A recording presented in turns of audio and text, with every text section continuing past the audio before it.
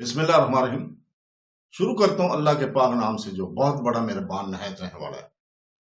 دیکھتی آنکھوں اور سنتے کانوں کو السلام علیکم۔ بہنوں، بھائیوں، دوستوں اور بزرگوں، اسلامی اسکالر، صوفیہ کرام، ثقافتی ورثے، اسلامی فلسفے، اسلامی تصوف اور تاریخی شخصیت کی اس معلوماتی سیریز کی آج کی ویڈیو میں ہم صفی الدین اردبیلی کی سوانح حیات اور ان کے مزار کی تاریخ کو بیان کر رہے ہیں۔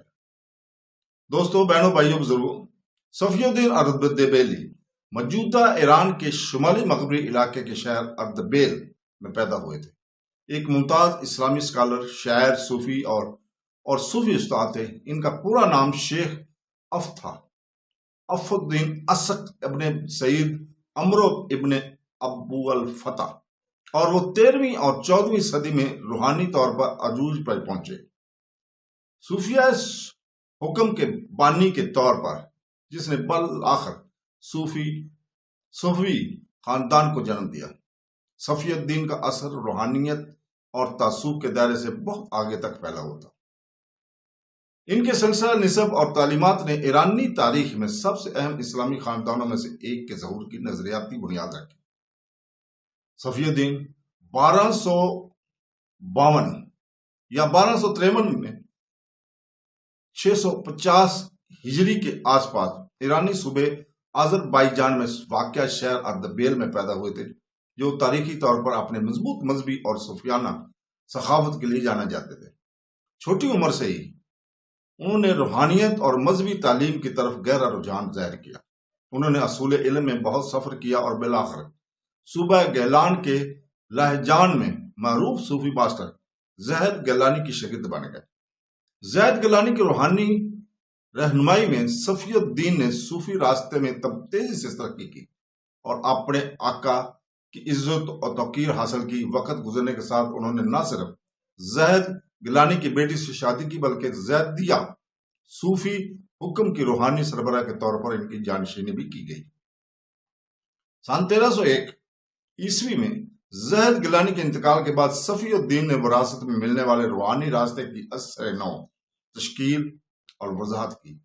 انہوں نے اپنے نام کے حوالے سے اس ترتیب کو صوفیہ کا نام دیا اور اسے ایک زیادہ الگ اور بااثر صوفی بھائی چارے کی شکل دی۔ صوفیہ حکم نے باطنی تحریر، روحانی مالک کی اطاعت اور ذکر، سنت اور محبت کے ذریعے اللہ تعالیٰ کی عبادت پر سخت زور دیا۔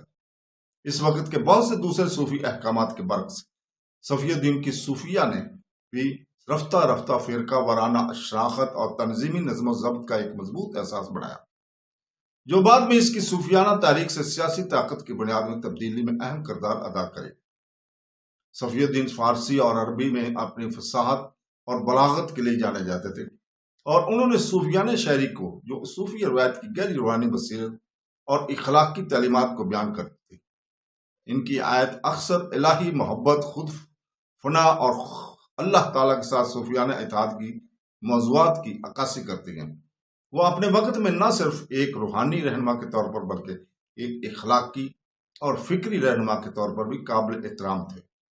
ان کا اثر و رسوخ بتدریج بڑھتا گیا اور صوفیہ حکم کے پورے ایران، قفقاز، اناتولیا اور یہاں تک کہ وسطی ایشیا کے کچھ حصوں میں پیروکاروں کو اپنی طرف متوجہ کرنا شروع کیا۔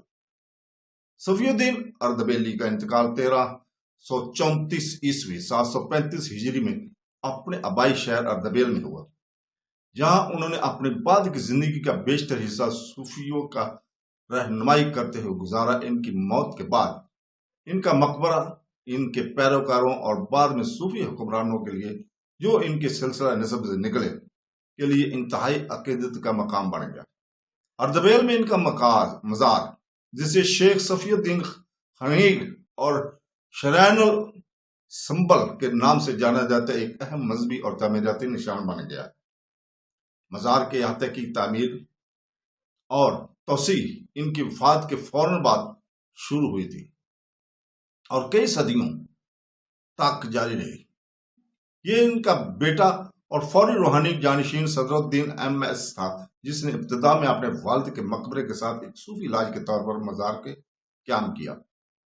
وقت گزرنے کے ساتھ، خاص طور پر صوفی حکمرانوں کے دور میں، جنہوں نے صفی الدین سے براہ راست نزول کا دعویٰ کیا مزار کو بہت وسیع اور خوبصورت بنایا گیا۔ شاہ تماسب اول جو صوفی بادشاہوں میں سے ایک تھا نے کمپلیکس کو ایک عظیم الشان بنانے میں خاص طور پر اہم کردار ادا کیا۔ آج شیخ صفی الدین کا مزار ایران کے مشہور ترین تعمیراتی اور تاریخی خزانہ میں سے ایک ہے۔ محبت، عاجزی اور عقیدت سے جڑی ہوئی ہیں۔ دنیا بھر کے صوفی لوگ اسکالرز کو متاثر کرتے رہتے ہیں، جبکہ ان کی زندگی اور مزار توصوف اور ریاستی دستکاری کے درمیان گہرے تعلق کی علامت ہے، جس نے ایرانی تاریخ کو تشکیل دیا۔ تو دوستو، اس کے ساتھ ہی ہم کل تک کے لیے آپ سے اجازت چاہتے ہیں۔ کل ہم انشاءاللہ تعالی سنبل سنان آفندی کی سیرت اور ان کے مزار کی تاریخ کو بیان کریں۔ تو کل تک کے لیے اجازت، اللہ حافظ۔